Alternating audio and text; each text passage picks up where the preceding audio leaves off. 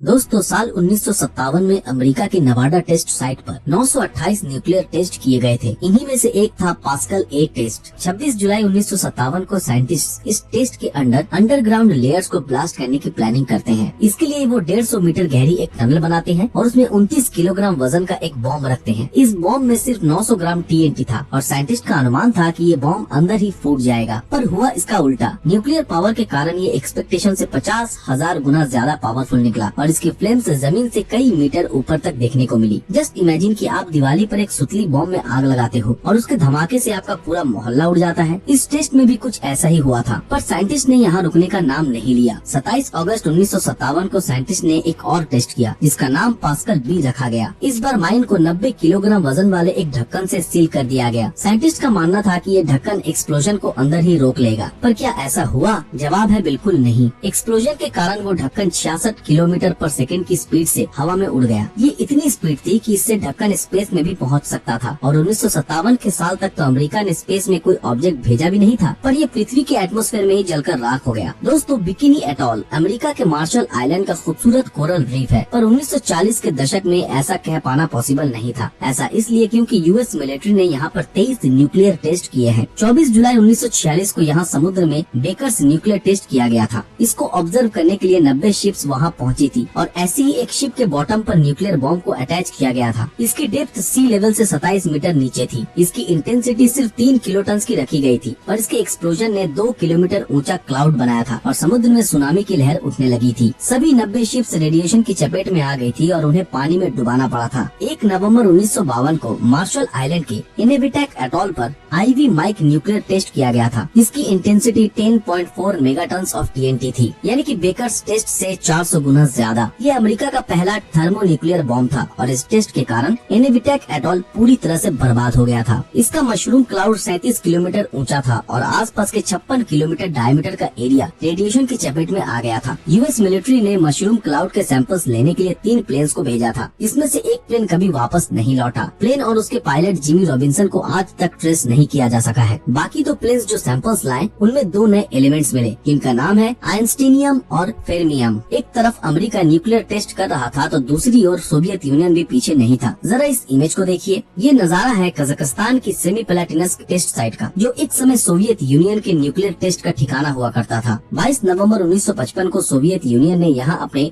RDS-37 hydrogen bomb की testing की थी। इसकी इंटेंसिटी महज 1.6 मेगाटन थी, पर इसका मशरूम क्लाउड 12 किलोमीटर की हाइट तक गया था। यही नहीं, इसने आसपास के 200 किलोमीटर के एरिया में मौजूद कई घरों को नुकसान पहुँचाया था और इसमें एक छोटी लड़की सहित कई लोगों की जान चली गई थी। पर सोवियत साइंटिस्ट की आंखों में अमेरिका के बड़े बड़े शहरों को उड़ाने के सपने पल रहे थे और वो यहाँ बिल्कुल नहीं रुकने वाले थे। 30 अक्टूबर 1961 को नॉर्दर्न रशिया की नोवाया जेमलिया नाम की जगह पर ट्यूपोलेव Tu-95V एयरक्राफ्ट एक 27 टन भारी बॉम्ब लेकर उड़ता है। इस बॉम्ब को ड्रॉप करने के लिए एक पैराशूट से बांधा गया था जिससे कि एयरक्राफ्ट पायलट की जान बचाई जा सके। जैसे ही ये बॉम्ब जमीन से 4 किलोमीटर की हाइट पर पहुँचता है, नोवाया जेमलिया पर ऐसा लगता है जैसे सूरज खुद धरती पर उतर आया हो। इस बॉम्ब की इंटेंसिटी 58 मेगाटन ऑफ TNT थी, जो ह्यूमन हिस्ट्री में बनाए गए किसी भी दूसरे बॉम्ब से 4 गुना ज्यादा है। इस ब्लास्ट को 1000 किलोमीटर दूर ग्रीनलैंड और अलास्का में भी देखा जा सकता था। इसका मशरूम क्लाउड 65 किलोमीटर हाइट का था, जो कि स्पेस में पहुंचने से बस कुछ ही दूरी पर रह गया था। और बात करें इस एक्सप्लोजन से निकली शॉक वेव की, तो इसने पृथ्वी का 3 बार चक्कर लगाया था। अगर अमेरिका पर इस बॉम्ब को ड्रॉप किया जाता तो शायद ये कई बड़े शहरों को पूरी तरह तबाह कर देता और पूरे अमेरिका में भयानक अर्थक्वेक्स आते। पर अमेरिकन सालों पहले से ही ऐसे न्यूक्लियर बॉम्ब्स की तैयारी कर चुके थे। 1 मार्च 1954 को यूएस मिलिट्री ने बिकिनी एटॉल पर कासल ब्रावो न्यूक्लियर टेस्ट किया था। उनके अनुसार इसके एक्सप्लोजन की इंटेंसिटी करीब 6 मेगाटन होने वाली थी, पर ये 15 मेगाटन मेजर की गई थी। इवन साइंटिस्ट को भी इसका कोई अनुमान नहीं था। दरअसल इस बॉम्ब में लिथियम ड्यूटेराइट का इस्तेमाल किया गया था, जो कि एक्सप्लोजन की इंटेंसिटी को कम करता है। पर केमिकल रिएक्शन कुछ ऐसा हुआ कि इसने उल्टा इंटेंसिटी को और भी बढ़ा डाला। इसका मशरूम क्लाउड 40 किलोमीटर हाइट तक पहुंचा, पर ये इसकी सबसे खतरनाक तस्वीर नहीं थी। अनएक्सपेक्टेड एक्सप्लोजन इंटेंसिटी के कारण इसका रेडियो एक्टिव फॉलआउट 100 किलोमीटर तक फैल गया, जिसके कारण आसपास मौजूद कोरल रीफ्स तबाह हो गए। इसी एरिया में डिएगो फुकुरियो मारो नाम की एक जापानीज बोट फिशिंग कर रही थी, जिस पर 23 फिशरमैन सवार थे। रेडिएशन फॉलआउट की चपेट में आकर एक फिशरमैन की मौके पर ही मौत हो गई और बाकी 22 को जिंदगी भर इसके साइड इफेक्ट्स का सामना करना पड़ा। मीडिया में ये खबर आग की तरह फैल गई और इसको सेकंड हिरोशिमा अटैक का नाम दे दिया गया। बहुत क्रिटिसिज्म के बाद अमेरिका ने जापानीज गवर्नमेंट को $15 मिलियन का कंपेंसेशन दिया, पर क्या इससे उन्होंने कोई सबक सीखा? जवाब है नहीं। इसके सिर्फ 2 महीने बाद 5 मई 1954 को अमेरिका ने सेम जगह पर और सेम इंटेंसिटी के साथ एक और न्यूक्लियर टेस्ट किया और इस बार इसका असर वेस्टर्न अमेरिका तक देखने को मिला। इन न्यूक्लियर टेस्ट को करीब 70 साल बीत चुके हैं, पर मार्शल आइलैंड पर आज भी रेडिएशन के लेवल्स बहुत ज्यादा हैं। अगर हम यूक्रेन के चेर्नोबिल न्यूक्लियर प्लांट से कंपेयर करें तो मार्शल आइलैंड की एयर में प्लूटोनियम की मात्रा 1000 गुना ज्यादा है। अमेरिका और सोवियत यूनियन के बीच इस न्यूक्लियर रेस को देखकर दुनिया समझ चुकी थी कि ये पृथ्वी को बर्बाद करके ही मानेंगे। दुनिया भर में न्यूक्लियर टेस्ट को बैन करने के लिए प्रोटेस्ट होने लगे और आखिरकार 3 अगस्त 1963 को partial nuclear test ban treaty पर साइन किया गया। इसके अकॉर्डिंग कोई भी देश पृथ्वी की सरफेस पर न्यूक्लियर टेस्ट नहीं कर सकता था। इस ट्रीटी ने कुछ हद तक न्यूक्लियर रेस पर लगाम लगा दी, पर करंट वर्ल्ड में वॉर की जो कंडीशंस बन रही है वो सब कुछ बदल कर रख सकती है। अगर वर्ल्ड वॉर 3 एक न्यूक्लियर वॉर हुआ तो इंसान खुद ही अपनी सिविलाइजेशन को बर्बाद कर लेंगे। वैसे आप इसके बारे में क्या सोचते हैं? कमेंट में जरूर बताएं। दोस्तों आज के लिए बस इतना ही। आज की हमारी ये वीडियो आप लोगों को कैसी लगी हमें कमेंट में जरूर बताएं। अगर ये वीडियो आप लोगों को पसंद आया तो इस वीडियो को लाइक और ज्यादा से ज्यादा शेयर जरूर करें। अगर आपने अभी तक हमारे इस चैनल को सब्सक्राइब नहीं किया तो सब्सक्राइब करके बेल आइकन ऑन कर दे। तो फिर मिलते हैं आपके साथ अगले वीडियो में, तब तक के लिए अलविदा।